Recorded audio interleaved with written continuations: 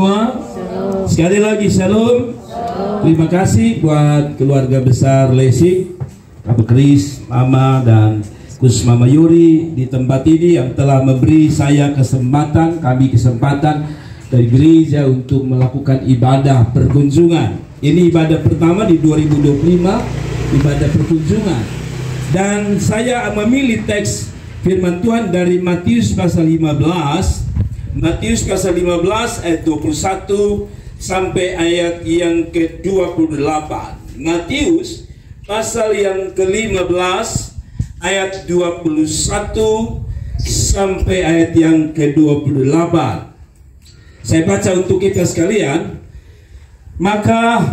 Lalu Yesus pergi dari situ dan menyingkir ke daerah Tirus dan Sidon. Maka datanglah seorang perempuan Kanaan dari daerah itu dan berseru, "Kasihanilah aku ya Tuhan, anak Daud, karena anakku perempuan kerasukan setan dan sangat menderita."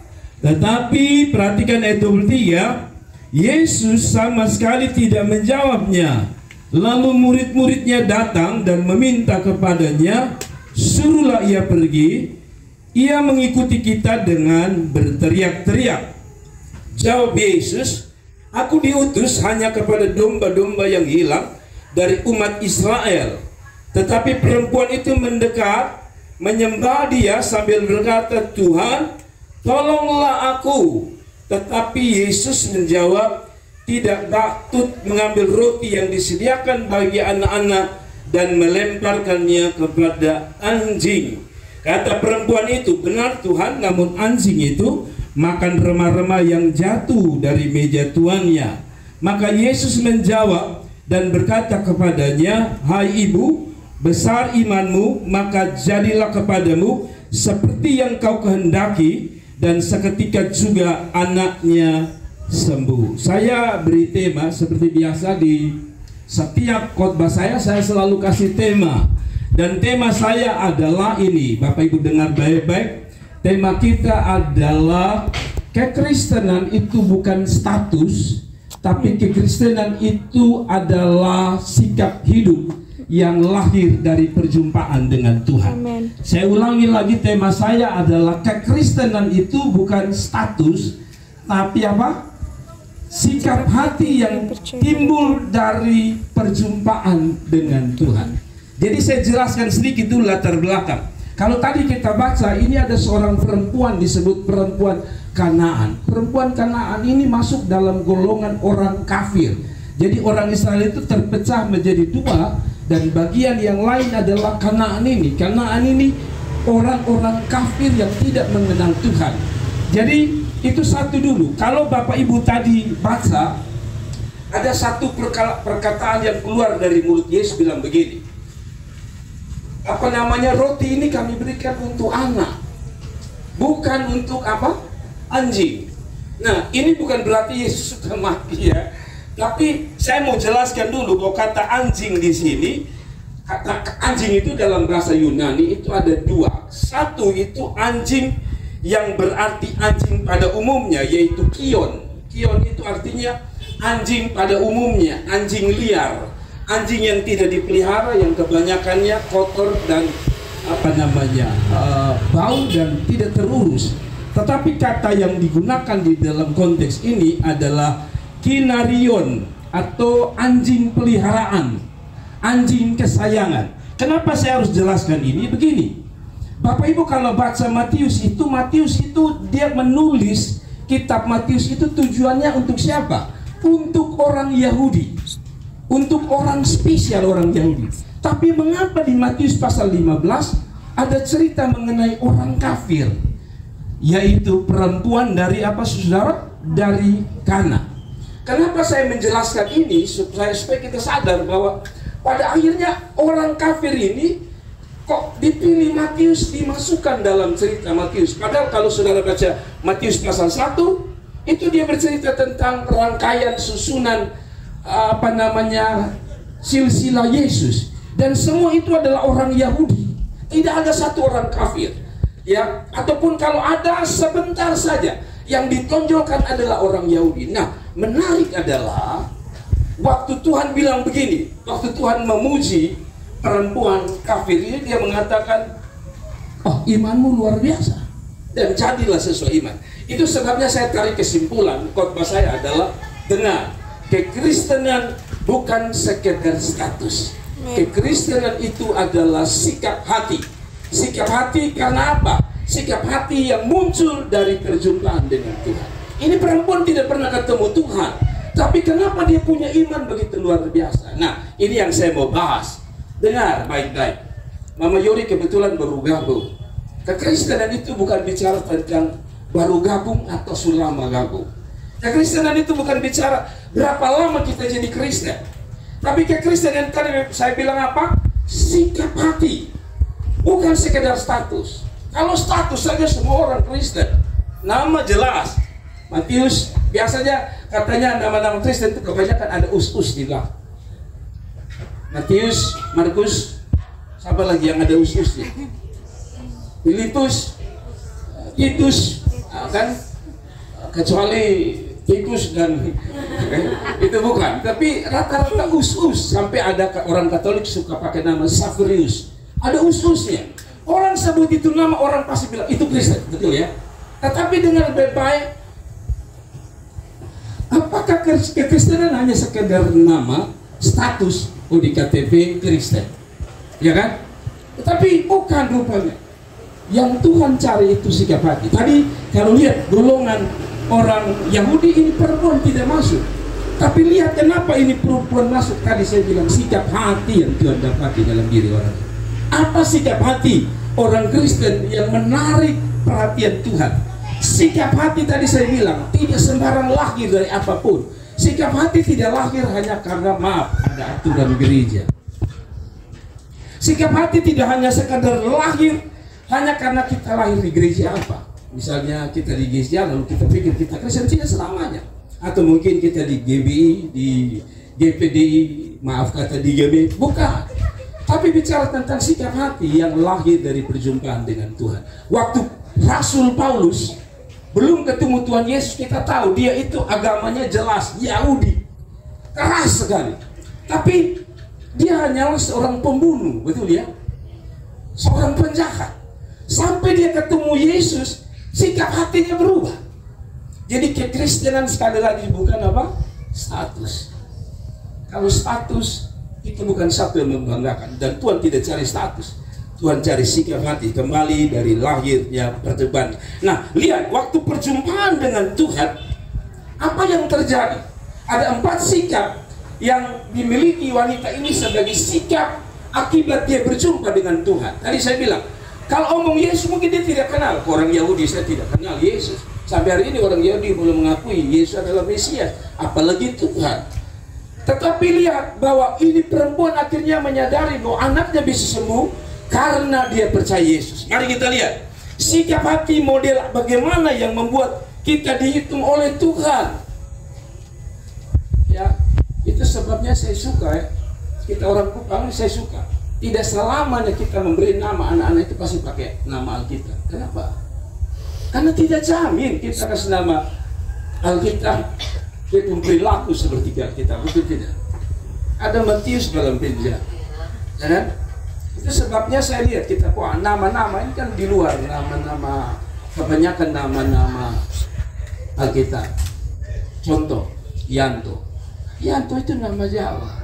Tapi lucu deh, nama Sabu, Bapak Rote, tapi nama Yanto. Ini membuktikan kita tidak peduli dengan nama, kan? Lalu apa lagi? Yang di luar kita pun nama-nama Alkitab. Selain nama itu ada namanya Riko, Riki, apa lagi? Itu semua membuktikan bahwa kita ini sebenarnya tidak peduli dengan nama, karena status itu tidak penting. Ada amin. Status tidak penting, yang penting adalah sikap hati. Apa sikap ini perempuan ini yang dipuji oleh Tuhan? Apakah sekedar iman? Coba kita bahas mulai satu persatu. Dengar baik-baik, dengar baik-baik. Kita mulai ayat 22. Bapak Ibu perhatikan ayat 22. Bapak Ibu perhatikan ayat 22. Maka datanglah, saya suka kata ini, maka datanglah seorang perempuan Kanaan dari daerah itu dan berseru. Tapi mulailah dengan kata datanglah. Saudara-saudara, tadi saya bilang dia bukan orang percaya Tuhan, dia orang kafir. Tapi kenapa dia bisa datang ketemu Tuhan? Ini yang saya bilang, dengar baik-baik, ini penjelasan saya singkat. Tuhan lebih tertarik dari tadi saya bilang sikap hati akibat perjumpaan dengan Tuhan. Bagi wanita ini dia tidak perlu kenal siapa Yesus, siapa bapaknya, siapa ibunya, apa agama. Yang penting dia tahu ini orang ini kok beda sekali. Dan dia datang pada Tuhan. Nah, dengar baik-baik, pernyataan saya sederhana ini. Kekristenan bukan berapa lama kamu jadi Kristen, tapi kekristenan bicara seberapa kamu suka datang ketemu Tuhan. Saya ulangi lagi. Kekristenan itu bukan bicara tentang seberapa lama kita jadi anggota sebuah gereja, tapi seberapa suka kita selalu mau datang terus ketemu Tuhan. Ada amin? Amin. Ya, saya ketemu seseorang hanya karena kebetulan, itu beda dengan saya ketemu dia karena ada sesuatu yang saya mau ketemu dia.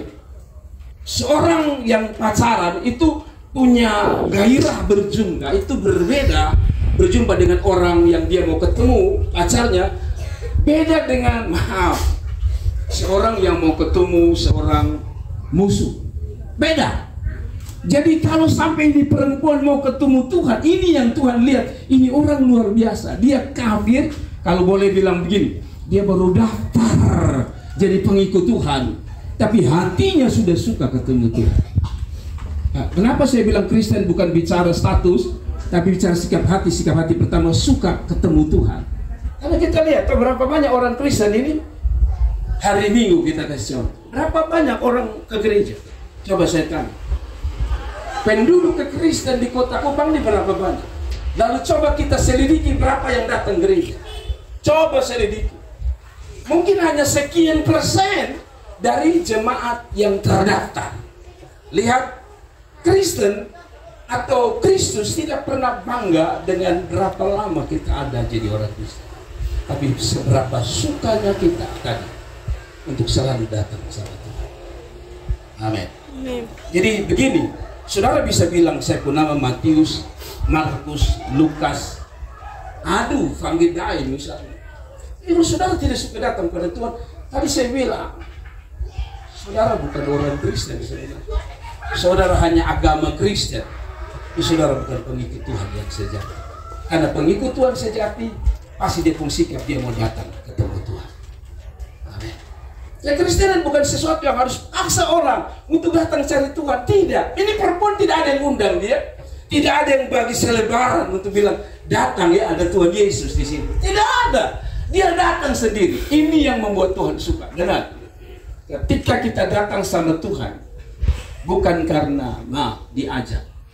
Makanya saya suka tadi dari Mam Yori kesaksiannya. Saya dan Ibu Gembala juga tidak tahu. Kami hanya bangun hubungan karena Ibu Pendeta di Nebonat Yayasan 3 berteman dengan saya. Jadi saya sering lihat Mama Yori. Mam Yori dulu sudah pernah datang, lebih hilang lagi datang. Kami berdoa saja dan kami tidak pernah tawar. Karena di gereja hampir kita tidak pernah tawar orang. Tetapi satu waktu seperti kesaksian tadi, beliau mengatakan, Bapak kita mau daftar, bagaimana cara? Saya bilang gampang, datang saja lapor kita daftar langsung, tidak ada pakai panjang-panjang. Lalu saya melihat beliau mulai datang cari Tuhan, datang cari Tuhan. Dari kekristenan tadi apa? Sikap hati, bukan sekedar nama. Nama bisa Kristen, tapi hati belum tentu Kristen. Hati yang Kristen adalah selalu suka ketemu Tuhan. Jadi orang yang suka ketemu Tuhan ini, yang kita sering bikin bahasa, pasti suka ibadah. Kalau orang tidak suka ibadah, dia hanya numpang jadi Kristen, tapi dia bukan pengikut Kristus yang sejati. Setuju katakan amin. Amin. Lalu yang kedua, di dalam ayat yang ke-22 masih ayat yang sama. Dikatakan begini, maka datanglah seorang perempuan Kanaan dari daerah itu dan berseru. Kristen itu sekali lagi bukan status, tetapi sikap hati. Sikap hati yang kedua apa? Sikap hati yang selalu suka berlutut di bawah kaki Tuhan. Ini sesuatu. Kalau kita bilang Kristen, tapi maaf, kita tidak suka berlutut berdoa kepada Tuhan. Mungkin sekali lagi terlalu ekstrim kalau saya bilang. kita sebut Kristen, tapi di mata Tuhan kita bukan orang Kristen. Kalau saudara baca seluruh kehidupan Yesus selalu dipenuhi dengan kehidupan doa. Mau disalib berdoa, betul ya? Waktu mau menyeberang pulau berdoa. Waktu 5 roti 2 berdoa. Segala sesuatu Tuhan lakukan dengan doa. Nah, dalam konteks ini perempuan ini berseru kepada Tuhan. Saya gambarkan sebagai doa yang menarik, yang menarik. Ujian kekristenan tadi saya bilang bukan apa status, tapi sikap hati. Yang kedua adalah suka dan rindu untuk berdoa. Berdoa itu bukan sebuah kata-kata biasa ya. Tidak heran kalau ada orang mengatakan gini, Bapak suruh orang lain saja. Yang suruh beta bisa berdoa. Tidak bisa. Doa itu hanya sebuah kalimat sederhana yang kita omong dengan Tuhan. Seperti anak-anak, ya kita anak-anak yang masih kecil. Kayak ini Nona Linong kecil. Dia pembahasa tidak sebagus kita. Tapi ketika dia bicara di depo mama, yang mengerti itu depo mama. Dan depo mama tidak perlu tunggu dia bahasa sebagus saya khotbah dengan bahasa Indonesia yang orang bilang EYD, ejaan sesuai dengan apa tuh, penyempurnaan ke apa itu. Dia hanya cukup bahasa dengan bahasa anak-anak, mamanya mengerti. Jadi begini, saudara dengar baik-baik. Saya mau ajak jemaat di 2025 sudah sadar bahwa kekristenan bukan sekedar ikut-ikut Tuhan. Kekristenan itu adalah kehidupan doa. Jadi saya heran kalau orang tidak suka doa. Apalagi maaf ya, kalau dia menyebut diri dia hamba Tuhan. Saya kadang-kadang lihat ada orang menyebut hamba Tuhan yang malas berdoa. Saya pikir apa dia hamba Tuhan? Gak usah omong Kristen. Sebab kekristenan itu bicara tentang doa. Dan saya kasih ide kita, kekristenan itu doa. Doa itu selalu orang bilang, nafas itu. Jadi orang tidak berdoa ya berhenti bernafas. Ya, sekali lagi saya tidak mau bicara apa, tapi saya mau bahas dengan konteks ini. Begini, menarik. Mungkin orang bilang begini, saya berdoa Bapak, bangun pagi saya berdoa. Lalu, ya saya berdoa. Setiap pagi saya bangun saya berdoa, saya bersyukur. Tapi saya kasih tahu Bapak Mama, doa yang model begini, maksudnya doa yang sekedar sebuah rutinitas. Karena kita harus bangun, kita makan, kita berdoa, kita bangun pagi, kita berdoa. Dengar baik-baik. Akan ada satu titik di mana Anda akan berhenti berdoa. Saya ingatkan saudara. Kalau kita hanya sebuah rutinitas, akan ada waktu kita akan berhenti berdoa. Kenapa? Coba kita baca di sini. Coba Ibu lihat ini. Ayat yang ke-23. Waktu dia sampaikan dia punya pengeluhan dalam ayat 22, dia anak kerasukan. Ayat 23 bilang begini. Tetapi Yesus apa? Sama sekali tidak menjawabnya. Lihat, orang Kristen yang benar-benar sikap hidup adalah sikap hidup berdoa adalah waktu dia diuji dengan Tuhan tidak jawab dia tidak akan berhenti berdoa. Dia akan terus berdoa. Berapa banyak orang Kristen memang dia berdoa, tapi ketika dia pun doa tidak dijawab, biasanya dia berhenti berdoa. Padahal kekristenan itu bukan karena dijawab atau tidak dijawab. No, itu urusan kedua. Urusan pertama, Anda harus berdoa. Tidak ada yang setuju. Amin.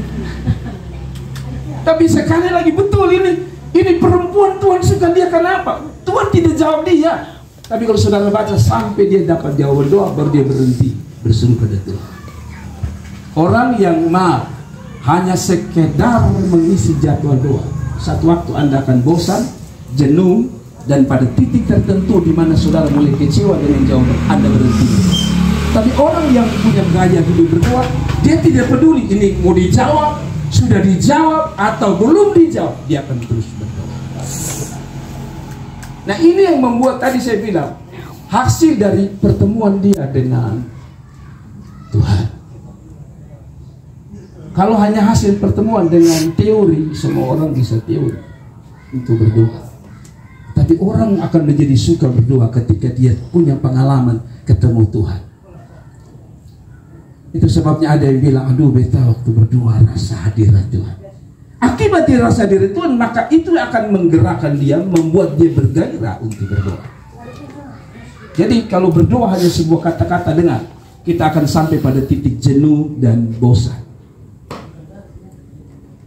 Makanya kami punya prinsip, sejak kami jadi pendeta, ya saya harus bicara jujur apa ada. Mau jemaat datang atau tidak, kami harus datang. Kenapa? Karena kami sadar hidup ini tanpa doa tidak ada apa-apa. Jadi kembali pada firman Tuhan. Yang menarik lagi, coba Bapak Ibu lihat ini. Lalu murid-muridnya sudah begitu lagi, saudara-saudara lihat ini. Sudah Tuhan tidak jawab, lalu murid-muridnya datang dan meminta kepadanya, suruh ia pergi. Ia mengikuti dengan berteriak-teriak. Lihat. Ujian yang kedua, kalau itu kehidupan bukan gaya hidup, bukan sikap hidup, maka waktu mendapatkan tantangan dari orang lain, termasuk kalau dalam konteks ini para murid adalah hamba Tuhan. Berapa banyak orang tidak mau datang cari Tuhan, beribadah hanya satu alasan, bisa kecewa. Kalau kita sampai pada titik itu, saudara dengar baik-baik, kita hanya Kristen, tapi kita tidak pernah berjumpa dengan Tuhan. Padahal ini murid-murid bilang usir sendiri. Gitu. Kita sekarang ini jangankan diusir. Baru ketemu orang senyum-senyum, bisa kadang-kadang kita bawa tersinggung 2 tahun, 2 bulan, 2 minggu, 2 hari. Tapi lihat, ini para murid bilang usir dia, pergi dia. Tapi apakah dia berhenti berdoa? Berhenti datang pada Tuhan? Tidak. Kekristenan itu penuh tantangan. Kekristenan itu apa? Penuh tantangan. Jadi kalau kita mengalami tantangan, berhenti cari Tuhan, berhenti berdoa, tadi saya bilang kita hanya sekedar status. Amin. Kita mau di atas lebih dari sekedar status, karena kita sadar kita pernah mengalami Tuhan di dalam perjalanan hidup kita. Amin. Amin. Nah, ayat 24. Jadi yang kedua adalah berdoa adalah sikap hati daripada orang Kristen yang sekedar lebih dari sekedar status. Ayat 24. Saudara lihat ini ayat 24. Ayat 24 dia bilang ini. Jawab Yesus, aku diutus hanya kepada domba-domba yang hilang dari umat Israel. Tapi perempuan itu mendekat dan menyembah dia sambil berkata apa? Tuhan, tolong aku. Perhatikan ayat 26. Tetapi Yesus menjawab, tidak patut mengambil roti yang disediakan bagi anak-anak dan melemparkannya kepada anjing. Kata perempuan itu, benar Tuhan, namun anjing itu makan rama-rama yang jatuh dari meja tuannya. Perhatikan ini, perhatikan ini. Ini bagus. Jadi, tadi saya coba baca sebuah tafsiran menarik waktu saya baca ini. Kenapa Tuhan Yesus angkat? Ini cerita dari mana sih sampai Tuhan bilang begini? Roti itu hanya untuk anak, bukan untuk anjing. Waktu saya baca, saya menemukan ada cerita menarik. Jadi di zaman Romawi pada waktu itu, karena Romawi yang berkuasa, ada sebuah budaya kalau mau makan begitu, mereka bukan makan kayak kita duduk rame-rame, bapak, mama, anak-anak, lalu sendok masing-masing, tidak. Zaman itu orang-orang Romawi itu biasa sang bapak, sang ayah akan ambil seperti dulang begitu. Dia sendok makanan semua di situ. Lalu setelah itu, setelah dia sendok, dia pun anak-anak dorang akan ambil. Jadi dia pun anak-anak dorang tidak sendok dari tanpa nasi atau tanpa makan. Ambil dari dia piring, anak-anak. Nah setelah itu biasanya akan ada sisa. Nah sisa ini biasanya baru kasih anjing kesayangan mereka atau peliharaan mereka. Jadi ini Yesus sedang bicara. Kenapa Yesus bicara dari adat ceritanya orang-orang kafir? Karena mungkin dia pikirin orang kafir, jadi saya bicara supaya dia lebih mengerti. Tetapi perempuan ini akhirnya ngerti. Dia tahu, oh ya betul, itu sebuah budaya bahwa walaupun anak itu punya kesempatan dapat sisa itu kecil, tapi dia masih punya harapan bahwa saya punya iman walaupun kecil, saya pasti dapat. Saudara-saudara, maaf ya. Jadi manusia itu sebenarnya sangat gampang untuk mendapatkan sesuatu daripada seekor binatang peliharaan. Contohnya begini,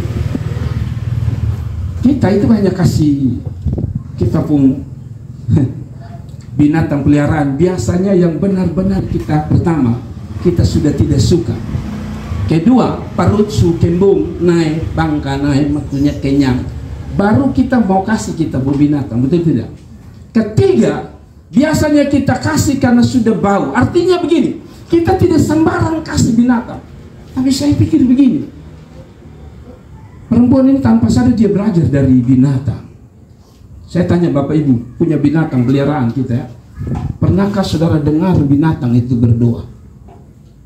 Saya tuh kadang-kadang kalau lagi makan enak maksudnya, itu kan biasa anjing datang duduk-duduk kita, ya kan? Dia tidak gigit kita sambil berkata kasih beta kok makan, oh tidak. Tapi pernahkah sudah rasa begini, lagi makan enakin, lagi menikmati, anjing lewat, walaupun itu bukan anjing saudara, tapi hati saudara begini, coba atas potong kasih dia. Mereka saudara ada di titik. Saya berulang, anjing itu kadang-kadang saya tidak duduk begini, walaupun bukan anjing kita. Kalau saudara makan di baun itu anjing-anjing banyak dan bukan anjing saya, tapi mereka duduk seperti orang gue bilang tangangan, gubernur bilang 6K, dan mereka tidak pernah berdoa. Tapi di tengah-tengah itu saya yang enak itu rasanya mau kasih dia justru sayang begitu.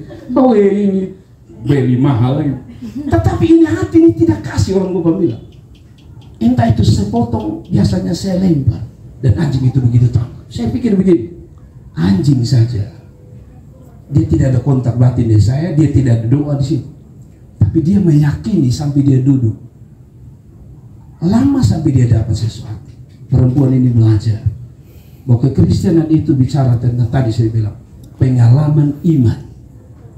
Ini perempuan ini kan bukan orang beriman, tapi dia punya pengalaman iman, yaitu dia melihat anaknya sembuh.